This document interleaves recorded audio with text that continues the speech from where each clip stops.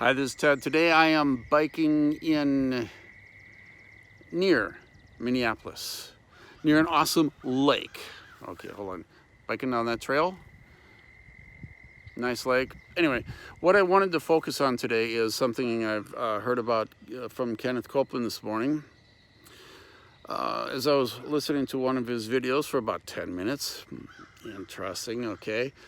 And the video has to do with covenants and God's covenant with us, to be healthy and wealthy and all that kind of stuff. And while I'm going through the video, he says several things that are very interesting. The very first thing that I heard that I thought was rather interesting was the fact that one day he's telling a story, okay?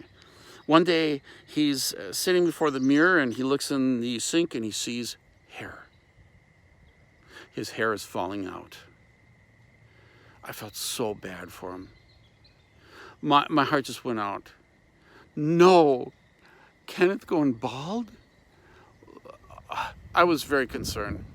But thankfully, he gave it to the Lord. and the Lord told him, after he was okay with whatever his hair would do, the Lord told him to command his hair to stay brown and stay in. So he did.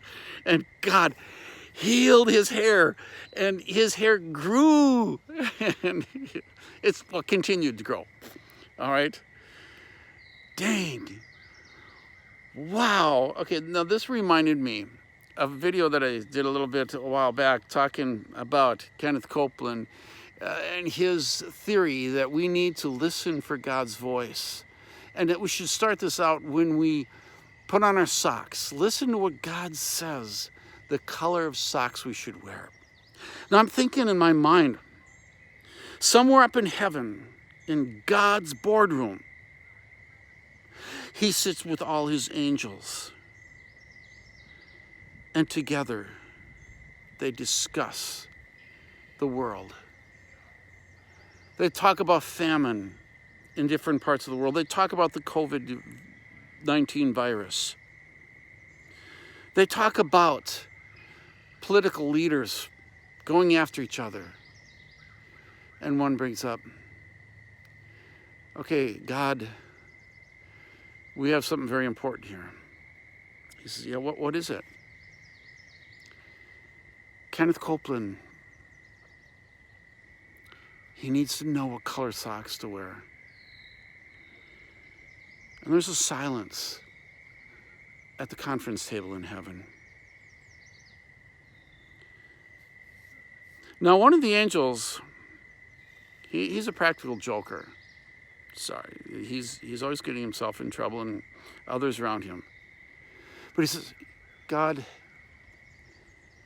I know what to do. Let me take this one, okay? And God says, well, usually you create problems, but I'll let you take this one because you need to learn responsibility. Now this angel leaves heaven, and as Kenneth is praying for what color socks to wear, the angel tells him, 2 different colors. I want them to clash. Thus saith the Lord. You have to say that in Old English because otherwise it's not God. So thus saith the Lord. Wear 2 different color socks. In fact, I want them to be bright and colorful. And so Kenneth Copeland obeys the word of the Lord, just like he always does. All right. Now, as far as his hair is concerned, it's like the color of socks, okay? Well, no, okay. I'm backing up here.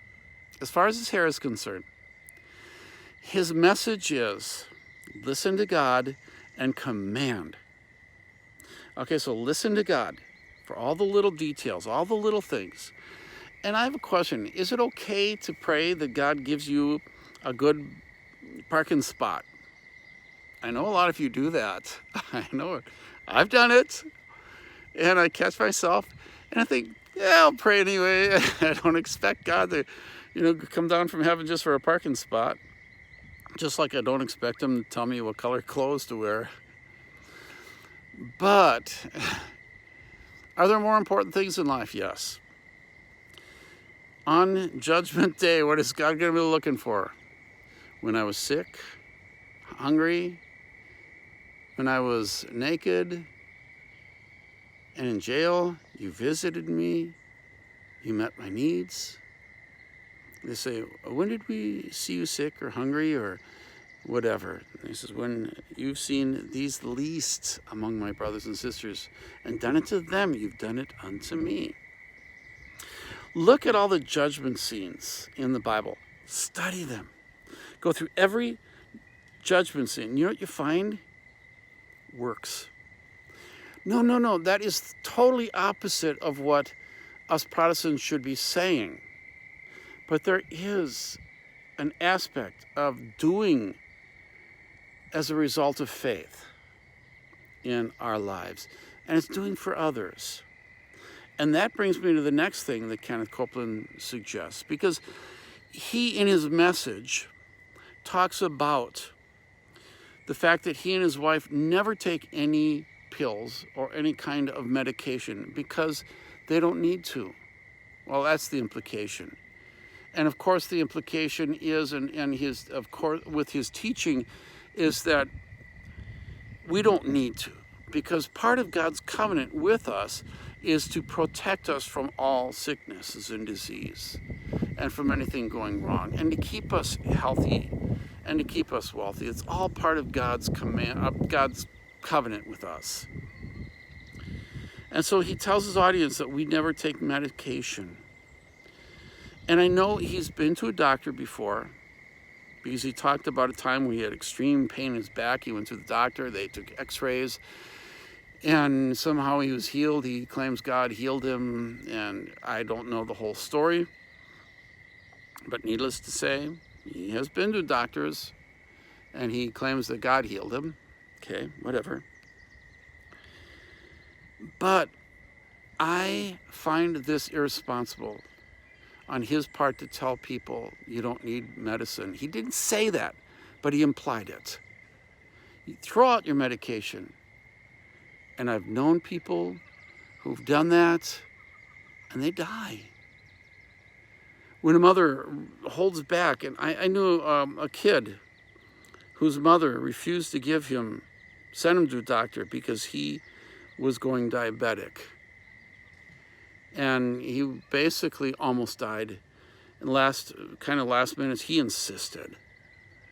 And his mother gave in. And now he's on insulin and living. Had his mother not done that, lived by faith, she would have killed him. There are from time to time people who will take their kids off medicine, and it gets in the news, but I think it happens a lot more than we realize. And it's because people like Kenneth Copeland will say something such as, I don't need medicine, and imply that your faith and your strength of faith is determined by how healthy you are or how wealthy you are. And these have nothing to do with faith, but that is what he implies.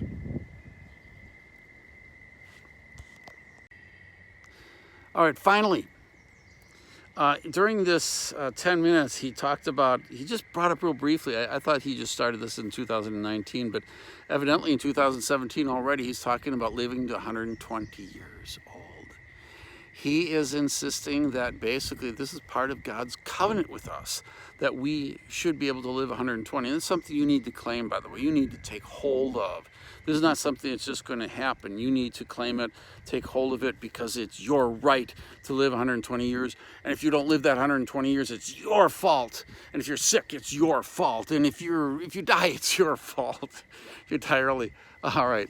Those are all implied in what he's saying. But basically, you should be living to 120 years old. And he says he will live to 120, and his wife will live to 115. Here's the story. Number one, he's healthy. he is healthy. He takes care of his body. He eats healthy. I think he exercises. So I do expect him to live a lot longer than most people, all right? And he could live up to 100. I'd be surprised if he goes past that. The other thing is, there are rare, and I mean 1 in a billion, who live to 120.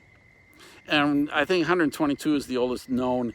The problem is, when you get that far back, we don't always have the records of their birth dates. So, but the scientists have studied these people. What made you live 120 years old? And one lady says, it's because I got divorced and never got remarried. In other words, feeling good about not being married was it. And not being married was the reason I am so old. And another person, several people, said that they smoked, and that's not the reason they lived that long, but that's something they found out, that several people were smokers. Now, having said that, don't go out and think, oh, good, I can smoke and live to 120. No, it doesn't work like that, all right? These are rare, really rare. So in rare circumstances, people live to 120 years old, but in most cases that will never happen. And I mean 1 in a billion chance, Mr. Copeland. And in fact, it's such a rare chance. I'm going to tell you straight out, I'm going to prophesy. I'm going to say right now, you will not live to 120. That is my confession. No, because I know better. I know it's just foolishness. Where he come up with these goofy things. I know where he comes up with them, but it's look at reality, bud. Come on. But there's something else too, and that's another thing which is we'll have to get into another time.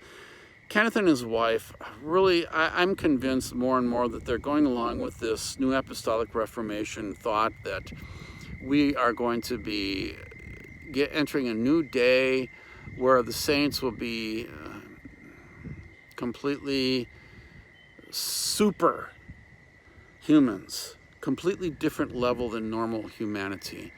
And I'll leave that for now, and actually, that's another time. I'll talk about that. So, this is Ted. Have a good day. Oh yeah, one last thing. If you don't already subscribe,